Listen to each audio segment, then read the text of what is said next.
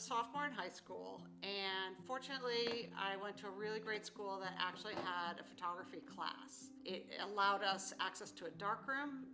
We learned to develop rolls of film. I loved it, and in fact I immediately went from taking regular photographs to playing in the darkroom with a process called photograms, where I would print something and then lay objects over and then add light, and it was something that the artist, photographer Man Ray had done in the 1920s in Paris, and I thought that was the coolest thing. So immediately took photography to another level to make it an art form, even as a sophomore in high school.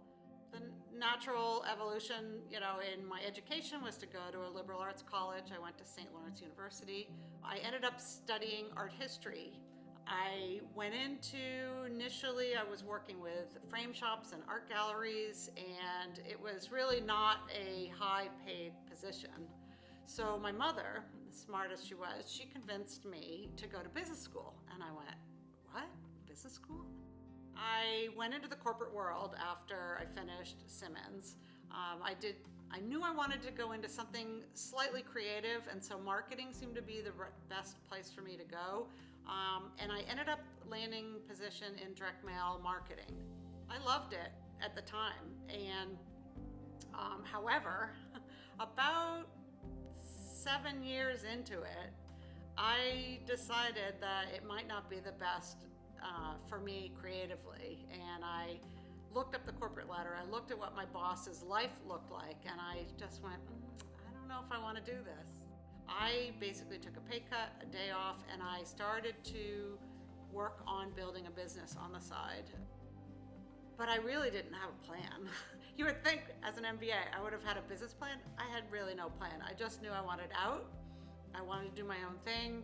And I really, at that point, did not know how to run a portrait studio or a photography business, but I had totally the faith that I was going to make it happen. So I was going along doing everything and anything, and came to a point where I realized it wasn't very efficient. And so I needed to pick a lane, and I chose babies. So I developed an entire baby program from start to finish that was indoors, time sensitive, got to do it now, and it didn't matter whether, you didn't have to wait for a suntan, you didn't have to wait for a haircut, you didn't have to wait for losing 10 pounds. It was now. And that was a great business model for a number of years as I developed as a photographer. Roughly 20 years into my business, and I photographed everything and anything, and I was doing babies, but I knew that I needed to change things up and try offering something different.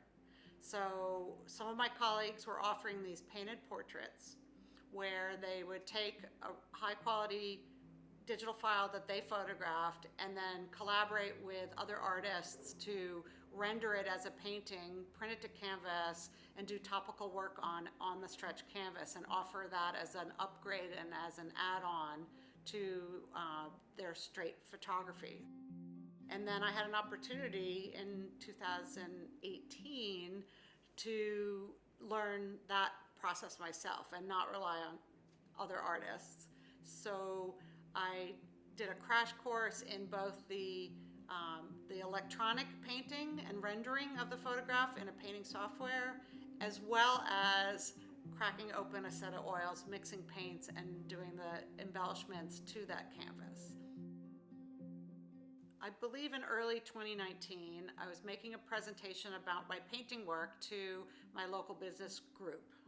After I was done, one of my colleagues walked up to me and said, "Do you ever work from other people's photographs?" And at the time I said, no, not really, because the work that I had been doing was off of really high quality photographic images that I rendered in the painting software. And he looked at me and sighed and went, "Oh."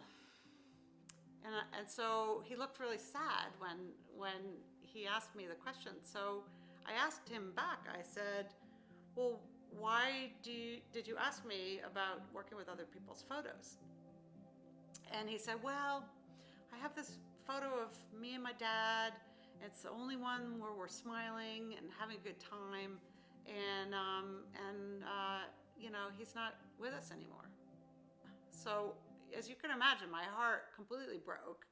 And I said, well, Stevie, why don't you just send it to me? Why don't you just send it to me? Let me take a look. It was the first photograph that I had worked with that was not my own and was actually a teeny tiny, horrible quality photograph, but it had meaning. Because it was a selfie, his head was larger than his father's, so I actually had to reduce him slightly so that it would look logical once it got larger as a painting.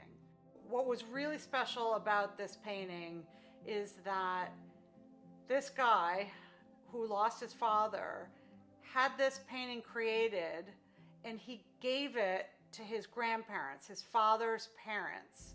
And I knew from that moment what I did was really important, that I was not just making pretty pictures out of photographs. I was taking important photographs and snapshots and turning them into something really special and making really, I would say, meaningful art.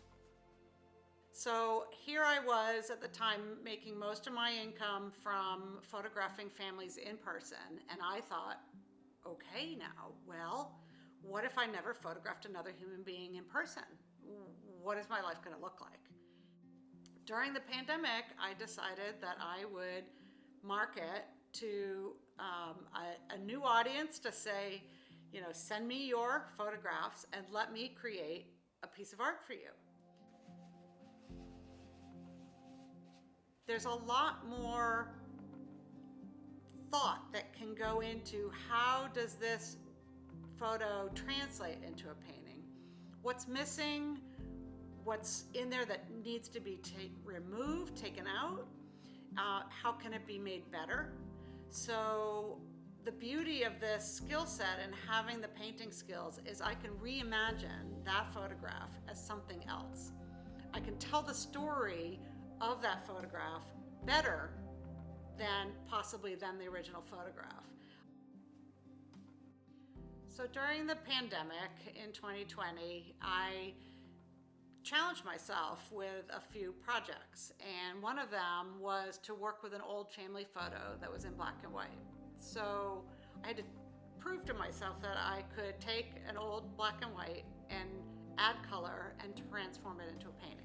So I took an old family photo of, I'm here on the end. And I picked this one because my mom's expression was really lovely, because it's all about the expression and the lighting on the face. So I took this old black and white photograph. I brought it first into Photoshop to add color to the image, and then I brought it into the painting software and rendered it as a painting through electronic brushwork. And I love it. I shared it with folks on social media right around Mother's Day of 2020, which was about a month and a half into the lockdown. And I have it hanging in my studio. I love looking at it every single day. The work I'm doing right now is a completely modern approach to painting commissions, where I am an alternative to a traditional oil painter. The way I do this is I work from an initial source photograph. I bring it into Photoshop, clean it up, resize it, add color if I need to, prep it to the size that I want it to be. Then I bring it into the painting software. And the painting software I use is called Corel Painter. It's basically the Photoshop of the painting world, and it has a million combinations of brushes. If I wanted my brush stroke to look like a wet, sloppy oil brush, I can do that. I can change the settings, make it look like a dry chalk. I can switch it again, make it a watercolor brush, change it again, do a blending so I can smear like as if I had an oily rag. Then I print it to canvas and then go through a series of coatings and glazings.